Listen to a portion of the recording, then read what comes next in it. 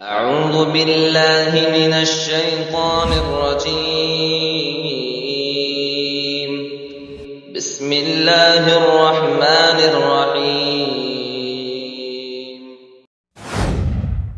شهر رمضان الذي أنزل فيه القرآن هدى للناس وبينات من الهدى والفرقان فمن شهد منكم الشهر فليصمه ومن كان مريضا أو على سفر فعدة من أيام أخر. السلام علیکم ورحمۃ اللہ وبرکاتہ. قرآن حکیم کے 9ویں پارے کی تفسیر کا خلاصہ پیش کیا جا رہا ہے.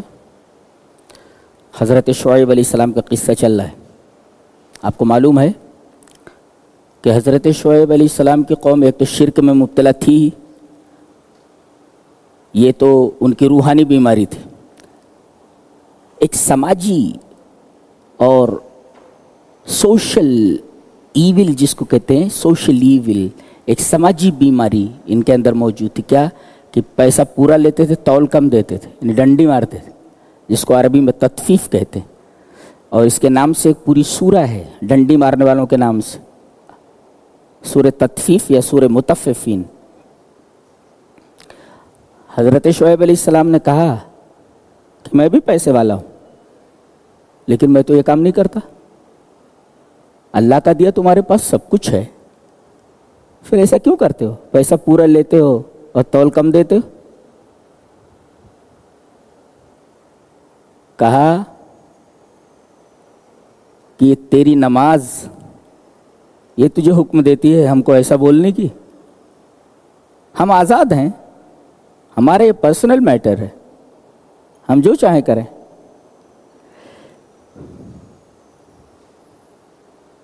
قوم نے تنگ آ کر کے کہا، قال الملأ الذين استكبروا من قومه لنخرجنك يا شعيب والذين آمنوا معك من قريتنا أو لتعودن في ملتنا. قوم کے جو غریب لوگ ہوتے ہیں وہ نبیوں کے اور اچھے لوگوں کے منہ نہیں لگتے زیادہ. یہ منہ لگنے والے کون، مخالفت کرنے والے کون؟ یہ قوم کے بڑے لوگ، ملا کے میں بھرے ہوئے لوگ، full of money, full of power, یہ بھرے ہوئے ہوتے. تو وہ قال ملا میں نے بھر جانا. تو قال الملأ الذين استكبروا من قومه، اس کی وجہ کیا تھی؟ تکبر اور دنیاوی مفاد. انہوں نے کہا کہ دیکھو اپنی حرکت سے باز آ جاؤ ورنہ ہم تم کو اپنے شہر سے نکال باہر کریں گے. قرآن میں اگر آپ غور کریں گے تو آپ کو معلوم ہوگا کہ جو کچھ نبیوں کی امتوں نے نبیوں کے ساتھ کیا اور نبیوں کے ماننے والوں کے ساتھ کیا ہے وہ قیامت تک نبی کریم صلی اللہ علیہ وسلم کے ماننے والوں کے ساتھ، مسلمانوں کے ساتھ ہوتا رہے گا. قوم شعیب نے یہی کہا تھا کہ اپنی حرکت سے باز آ جاؤ ورنہ ہم اپنے شہر سے، ملک سے نکال پھینکیں گے. ایسا نہیں کیا جا رہا ہے کہ کسی طریقے سے مسلمانوں کو ملک سے باہر کر دو، باہر نکال دو. کچھ ایسے قوانین بنائے جائیں جن قوانین کی روح سے یہ اس لائق نہ رہیں کہ انہیں ملک میں رہنے کا مستحق قرار دیا جائے. لیکن ہوا کیا؟ یہ جو شعیب علیہ السلام اور ان کے ماننے والوں کو اپنے شہر سے نکال رہے تھے، اللہ نے فرمایا الذین کذبوا شعیبا کأن لم یغنوا فیہ، جنہوں نے قوم حضرت شعیب علیہ السلام کی تکذیب کی، انہیں جھٹلایا، ان کے اوپر جب عذاب آیا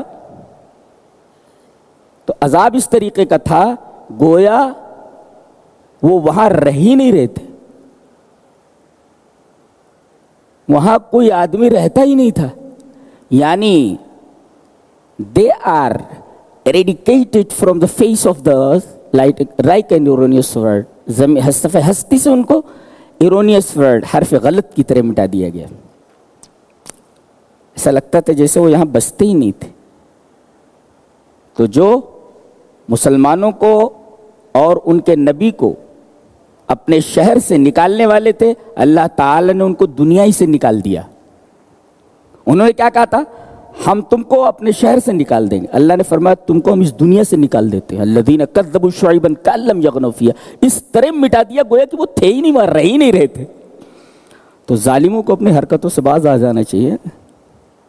اور اللہ کی لاٹھی ہم مارتے ہیں تو بدن پر نشان دکھائی پڑتے ہیں، لیکن اللہ کی لاٹھی جب گھومتی ہے تو نہ نشان نظر آتا ہے، صرف آدمی کو تکلیف ہی تکلیف پہنچتی ہے. ایسا لیکن مسلمانوں کو کرنا کیا چاہیے جب ایسے حالات پیدا ہو جائے؟ دو کام کرنے، جیسا کہ قوم شعیب نے کیا.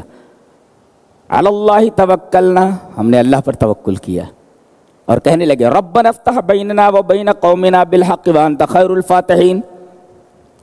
یہ دعا کریں آپ کہ اللہ ہمارے درمیان اور ہماری قوم کے درمیان کشادگی فرما، اور تو بہترین کشادگی فرمانے والا ہے. تو آپ دعا کریں کشادگی پیدا کرنے کی، فتح کی دعا کریں، اور دوسرے اللہ پر توکل کریں. یہ دو کام آپ کو کرنے ہیں. علی اللہ توکلنا، ربنا افتح بیننا و بین قومنا بالحق وانت خیر الفاتحین. علاج بھی بتا دیا گیا.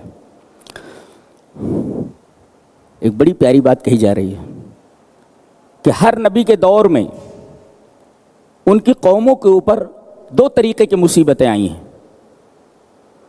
ایک ہے باسا، ایک ہے ذرہ. چلیے آیت پڑھ لیتے ہیں. وما ارسلنا فی قریۃ من نبی الا اخذنا اہلها بالباساء والضراء لعلهم یضرعون. ہر نبی کی قوم پر دو طریقے کی مصیبتیں آئی ہیں. ایک باسا، باسا کی تفسیر کی گئی ہے، اور خاص طور سے احسن البیان جو تفسیر ہے مولانا صفی الرحمن العظمی کی اور صلاح الدین یوسف صاحب کی، اس میں کہا ہے کہ باسا اس بیماری کو کہتے ہیں جو انسان کے بدن کو لاحق ہوتی ہے. انسان کے بدن کو لاحق ہونے والی بیماری کو باسا کہتے ہیں، اور مالی نقصان کو ذرہ کہتے ہیں. کیا ہمارے اوپر باسا اور ذرہ اس وقت طاری نہیں ہے؟ باسا کورونا کی شکل میں اور ذرہ لاک ڈاؤن کی شکل میں.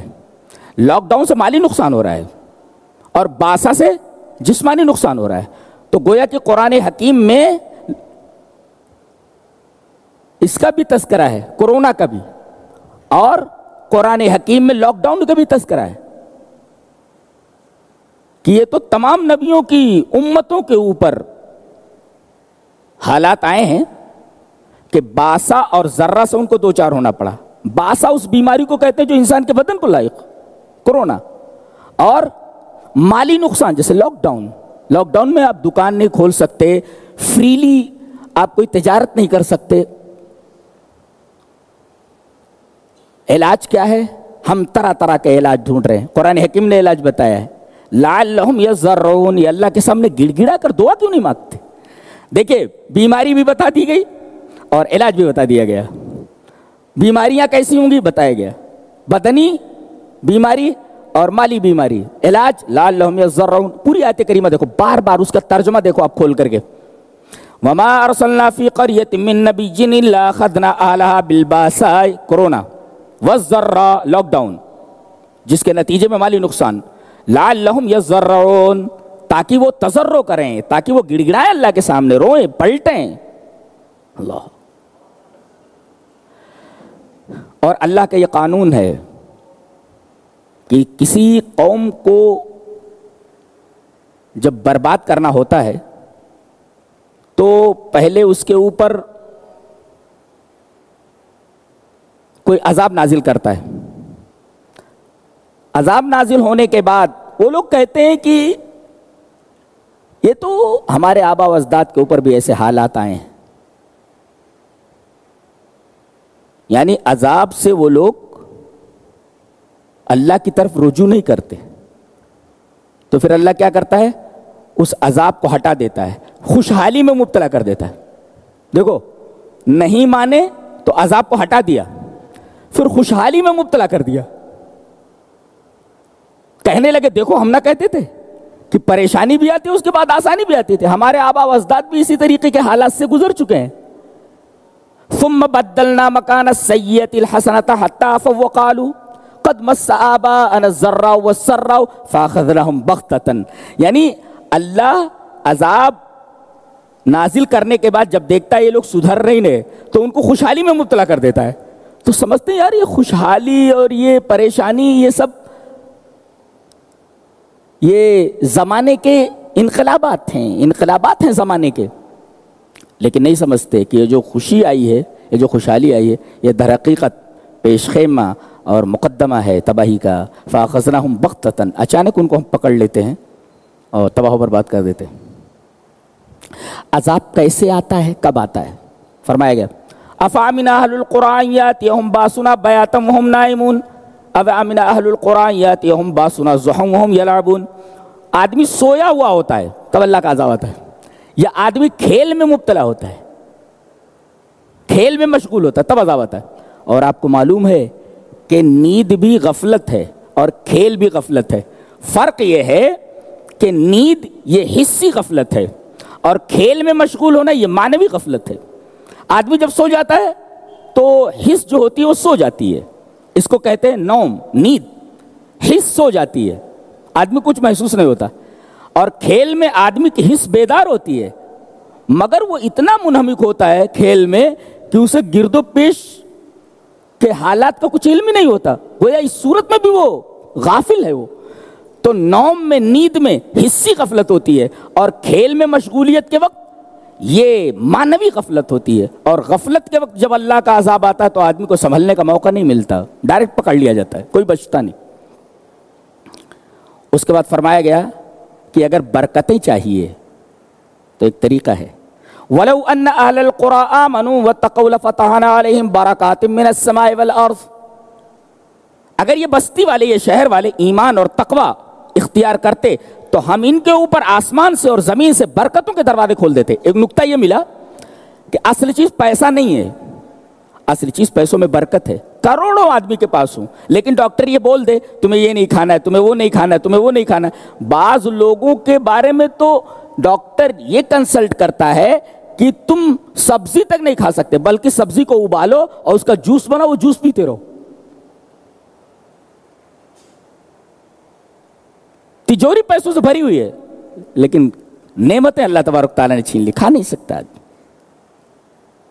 تو پیسہ تو ہے لیکن کیا چھین لی گئی؟ برکت. اللہ نے نہیں کہا اگر تم ایمان والے اور تقوی والے ہو جاؤ تو ہم آسمان سے تمہارے اوپر نوٹوں کی بارش کر دیں گے. نہیں، ہم برکت کی ذمہ داری لیتے ہیں. آدمی کو 10 روپے ملے لیکن سکون کے ساتھ اسے نیند آ جائے، سمجھو برکت ہے اس پیسے. کروڑوں نیند ہی نہ آئے تو اس پیسے کا کیا فائدہ؟ برکت نہیں. وَلَوْ أَنَّ أَهْلَ الْقُرَىٰ آمَنُوا وَاتَّقَوْا لَفَتَحْنَا عَلَيْهِمْ. ایک مفسر لکھتا ہے بِالتَّقْوَىٰ تَنْفَتِحُ ابواب برکت السماء والارض. تقوی سے آسمان اور زمین سے برکتوں کے دروازے کھلتے ہیں اگر آدمی تقوی اختیار کر لے. اور تقوی سے پہلے ایمان ہے، گویا کہ الایمان اساس التقوی، ایمان یا تقوی کی بنیاد ہے. آدمی متقی ہو ہی نہیں سکتا جب تک ایمان والا نہ ہو. اس وجہ سے ایمان کو پہلے لایا گیا اور تقوی کو بعد میں لایا گیا. ایمان پہلے لاؤ، اس کے بعد تمہاری اس تقوی کی اہمیت ہے. اگر ایمان نہیں ہے تو تقوی کی اہمیت نہیں. اور یہ دونوں چیزیں تمہاری زندگی میں آ جائیں تو آسمان اور زمین سے تمہارے اوپر برکتوں کے دروازے کھول دیے. برکتوں کے دروازے، پیسوں کے نہیں، برکتوں کے. تو اصل پیسہ نہیں ہے، اصل برکت. اس کے بعد بڑی پیاری بات فرمائے گی کہ ظالم لوگ ظالموں کا انجام دیکھ چکے ہوتے کہ ظالموں کا انجام کیا ہوتا ہے. ظالموں کو یہ معلوم ہوتا ہے کہ ظالموں کا انجام کیا ہوا، برا ہی ہوا، پھر بھی عبرت حاصل نہیں کرتے. کتنے ظالم ہیں، ان کو معلوم ہے کہ ظلم کا انجام کیا ہوتا ہے. ظالموں کا انجام یا ظلم کا انجام دیکھنے کے بعد بھی عبرت کیوں نہیں حاصل کر سکتا؟ اس کی وجہ بتائی گئی. ظالم کو یہ معلوم ہے کہ ظلم کا انجام کیا ہوتا ہے، پھر عبرت کیوں حاصل نہیں کرتا؟ بتایا گیا وَنَطْبَعُ عَلَىٰ قُلُوبِهِمْ فَهُمْ لَا يَسْمَعُونَ. ہم ان کے دلوں پر مہر لگا دیتے ہیں ان کی سمجھ میں کچھ آتا نہیں ہے، یہ سنتے ہی نہیں ہے. یہ دیکھیں اس وجہ سے وہ عبرت حاصل نہیں کرتے. یہ اپنے ظلم میں، زیادتی میں، طغیان میں، سرکشی میں، تمرد میں اور گناہوں میں اس قدر آگے نکل جاتے ہیں کہ اللہ تبارک و تعالیٰ ان کے دلوں پر مہر لگا دیتا ہے. پھر یہ ظالموں کا عبرتناک انجام دیکھنے کے بعد بھی اپنے ظلم سے باز نہیں آتے اور عبرت حاصل نہیں کرتے. اللہ. فرعون اور اس کے درباری اور ذرائع مملکت سب بیٹھے ہوئے ہیں. حضرت موسیٰ کا جادوگروں سے مقابلہ ہو رہا ہے میدان میں.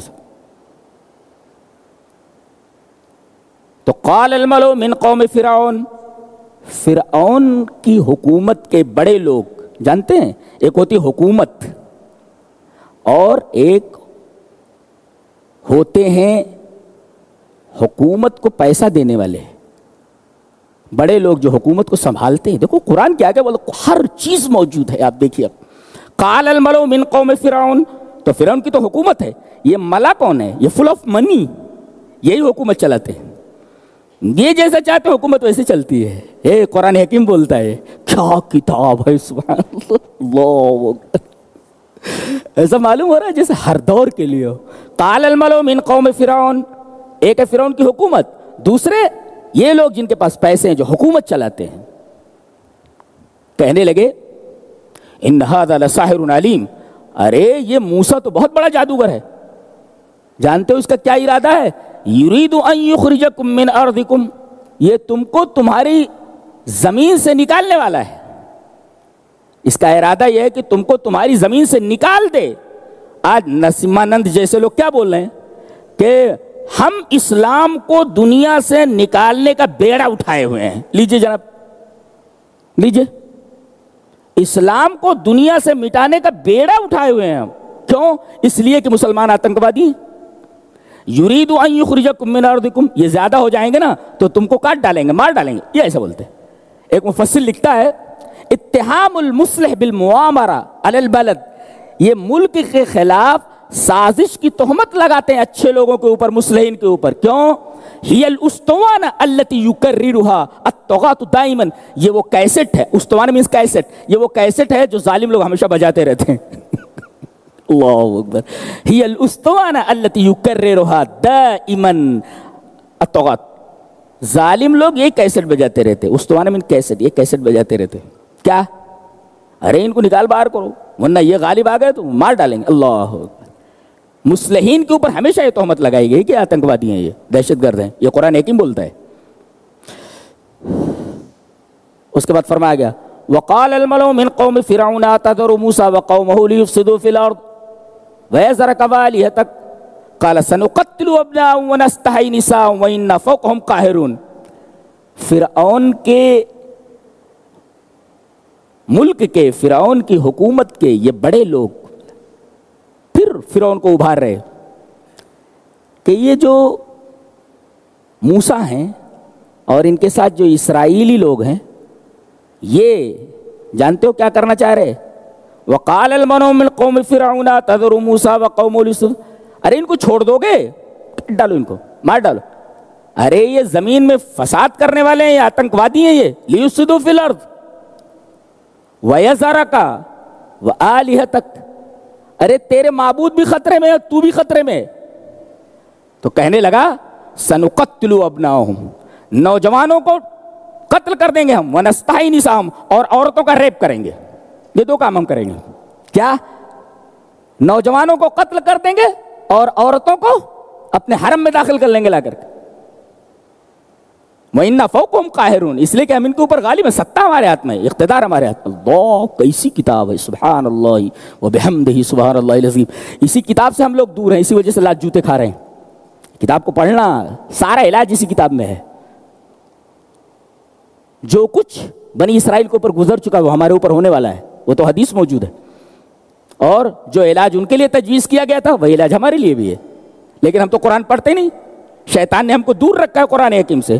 وہ کچھ تلاوت کر لیے، ٹھیک ہے ثواب ملتا ہے تلاوت کا، لیکن وہ صرف تلاوت کے لیے نہیں ہے، وہ قانون کی کتاب ہے. وہ شفا ہے، رحمت ہے، ہدایت ہے، ہر موڑ پر زندگی کے ہماری رہنمائی کرنے والی ہے. ہم رہنمائی حاصل کر رہے ہیں؟ قطعاً نہیں. تو پریشانی اگر تمہارا مقدر بن جائے تو اس میں قرآن کی کیا خطا ہے، اسلام کی کیا خطا ہے، دین کی کیا خطا ہے؟ اس کے بعد فرمایا گیا حضرت موسیٰ کوہ طور پر گئے، اللہ نے ان کو بلایا، آؤ ہم کتاب دیتے ہیں تمہیں، گئے۔ اب آواز سنی تو ان کے دل میں یہ تمنا ہوئی کہ جو بول رہا ہے اسے میں اپنی آنکھوں سے دیکھ لوں۔ قال رب ارنی انظر الیک، اے رب تو اپنے آپ کو مجھے دکھا، میں تجھے دیکھنا چاہتا ہوں۔ اللہ نے فرمایا لن ترانی، تو مجھے نہیں دیکھ سکتا، تجھے آنکھیں ہی عطا نہیں ہوئی ہیں دنیا میں کہ میرے جلووں کا دیدار کر سکے۔ اللہ اکبر، کیسا حسن ہے، کیسی خوبصورتی ہے کہ آنکھیں تاب نہ لائے اس کے حسن کی۔ دنیا میں کبھی ایسا حسن دیکھا ہے؟ کتنی بھی خوبصورت لڑکی ہو، کتنی بھی خوبصورت عورت ہو، کتنا بھی خوبصورت آدمی ہو، آدمی اپنی نگاہوں سے اس کو دیکھ لیتا ہے، گھورتا ہے، لیکن آنکھوں کو کچھ نہیں ہوتا۔ یہاں یہ فرمایا گیا تیری آنکھیں میری تجلی کتاب نہیں لا سکتی۔ اب اصرار کرنے لگے تو اللہ نے فرمایا تو مجھے کیا دیکھے گا، میں اپنی تجلی اس پہاڑ کے حصے پر ڈال رہا ہوں، اگر یہ پہاڑ کا حصہ اپنی جگہ رک جائے، ٹھہر جائے تو مجھے دیکھ لے گا۔ تجلی پڑی، وہ پہاڑ کا اتنا حصہ ریزہ ریزہ ہو گیا۔ اللہ، یہ تجلی جنت میں ہاں دیدار ہوگا اللہ کا، اللہ سب سے بڑی نعمت۔ اللہ فرمائے گا جنتیوں سے کچھ اور چاہیے، do you want any thing more, کچھ اور چاہیے؟ کہیں گے اللہ سب کچھ تو دے دیا ہے، اب کیا چاہیے؟ کہا کہ ایک چیز رہ گئی ہے، وہ دکھاتا ہوں۔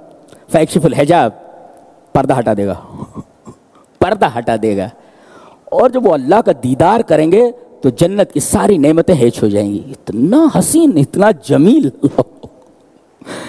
جنت کی سب سے اعلیٰ درجے کی نعمت دیدار الہی ہے، دنیا میں اس کو نہیں دیکھ سکتے۔ نبی کریم صلی اللہ علیہ وسلم بھی جب معراج میں گئے تو اللہ تبارک و تعالیٰ کی آواز تو سنی لیکن دیکھا نہیں۔ یہ حضرت عائشہ رضی اللہ تعالیٰ عنہ کی روایت بخاری شریف میں موجود ہے۔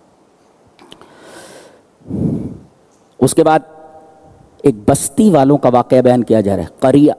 یہ میرا خیال ہے کہ بحر قلزم کے کنارے ایک گاؤں کا نام تھا ایلا، ایلا نام تھا۔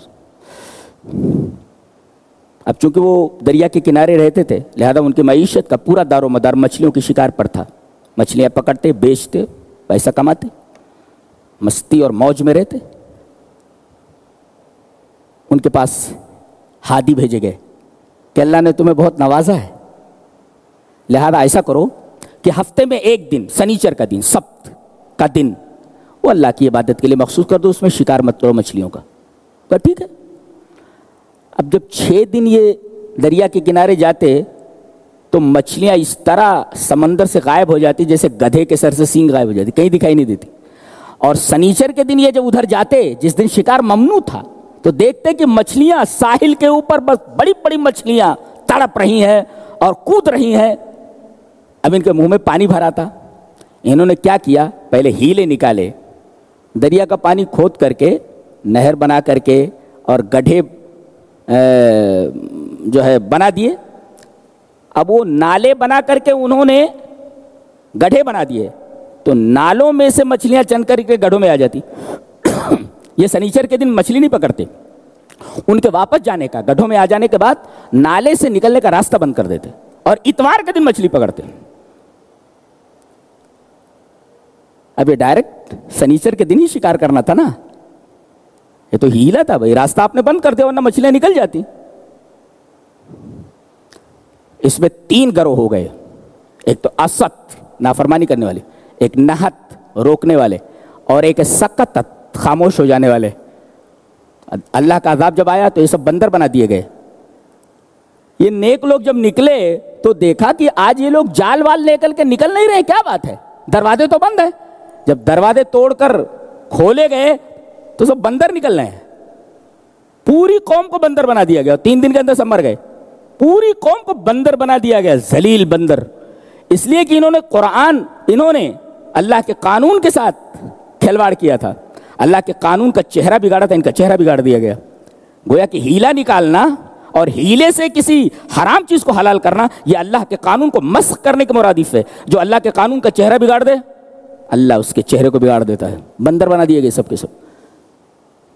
تو جن لوگوں نے انکار کیا، گناہ کیا تھا ان کو تو بندر بنا دیا گیا، اور جنہوں نے روکا تھا وہ بچا لیے گئے، اور جو لوگ خاموش رہے ان کے بارے میں اختلاف ہے کہ بچا لیے گئے یا وہ بھی عذاب کی لپیٹ میں آ گئے۔ پتہ یہ چلا کہ جو لوگ اللہ کے احکام کے اوپر چلتے رہتے ہیں، جب اللہ کا عذاب آتا ہے تو ان کو ایک طرف کر لیا جاتا ہے، بچا لیا جاتا ہے، اور جو نافرمان ہوتے ہیں ان کے اوپر عذاب کو مسلط کر دیا جاتا ہے۔ لہذا نیک بنو، عذاب آنے کے بعد بھی اللہ تبارک و تعالیٰ تمہیں بچا لے گا۔ وَأَنجَيْنَا الَّذِينَ يَنْهَوْنَ عَنِ السُّوءِ، جو برائی نہیں کرتے اور برائی سے دوسروں کو روکتے ہیں تو اللہ تبارک و تعالیٰ عذاب آنے کے بعد ایسے لوگوں کو ایک طرف کر دیتا ہے، بچا لیتا ہے ان کو۔ اس کے بعد فرمایا گیا وَالَّذِينَ عَمِلُوا السَّيِّئَاتِ ثُمَّ تَابُوا مِن بَعْدِهَا وَأَصْلَحُوا إِنَّ رَبَّكَ مِن بَعْدِهَا لَغَفُورٌ رَحِيمٌ۔ جن لوگوں نے برائیاں کی، توبہ کر لیا، پھر اللہ تبارک و تعالی غفور رحیم ہے۔ ایک مفسر لکھتا ہے ان التوبۃ لا تکون الا بعد المغفرہ، آدمی جب تک استغفار نہیں کرتا تب تک توبہ قبول نہیں ہوتی۔ گویا کہ اگر آدمی کو توبہ قبول کروانا ہے تو اس سے پہلے استغفار ضروری ہے۔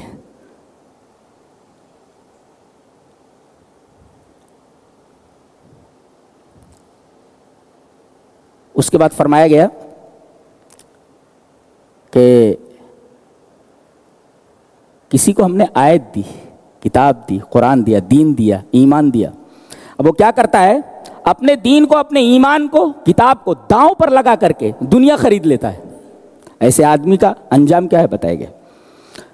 وَاتْلُ عَلَيْهِمْ نَبَأَ الَّذِي آتَيْنَاهُ آيَاتِنَا فَانسَلَخَ مِنْهَا فَأَتْبَعَهُ الشَّيْطَانُ فَكَانَ مِنَ الْغَاوِينَ۔ تاکہ پہلا نقصان تو اس کا یہ ہوتا ہے کہ شیطان اس کو اپنا امام بنا لیتا ہے، اس کو آگے آگے کر دیتا ہے، شیطان اس کے پیچھے پیچھے چلنے لگتا ہے، یہ شیطان مقتدی بن جاتا ہے اور اس آدمی کو اپنا امام بنا دیتا ہے۔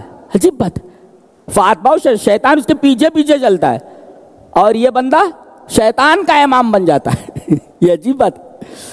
اللہ فرماتا وَلَوْ شِئْنَا لَرَفَعْنَاهُ بِهَا وَلَكِنَّهُ أَخْلَدَ إِلَى الْأَرْضِ وَاتَّبَعَ هَوَاهُ، ہم چاہتے تھے اس کو بلند کریں لیکن یہ تو زمین کی طرف جھک گیا۔ پتہ یہ چلا، ایک مفسر کہتا ہے کہ الرفعۃ باتباع آیات اللہ، اللہ کی آیات کی اتباع کوئی کرے، مانے، اس پر عمل کرے تو اللہ اس کو بلند کرتا ہے۔ والسفول باتباع الہوا، اور اپنی خواہشات کی اگر اتباع کرتا ہے تو سمجھو اسے پستی اور ذلت کے تحت الثری میں ڈھکیل دیا جاتا ہے۔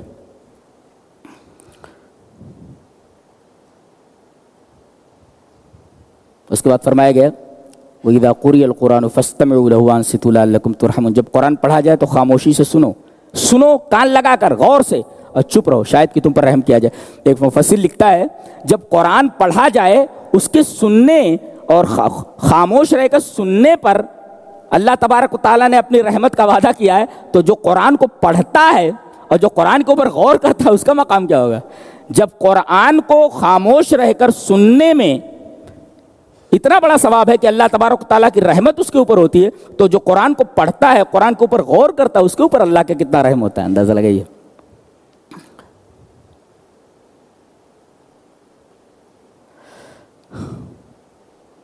آگے فرمایا گیا کہ دو چیزیں جب تک رہیں گی تب تک اللہ کا عذاب عام طور پر نہیں آتا۔ اللہ کے عذاب کے آنے کا مطلب یہ کہ سب پورا صفایا ہو جائے، جیسے نبیوں کی قوموں کے اوپر جب عذاب آتا تو کوئی بچتا نہیں تھا سوائے نیک لوگوں کے، نیک لوگوں کو بچا لیا جاتا تو پوری قوم کو تباہ کر دیا جاتا۔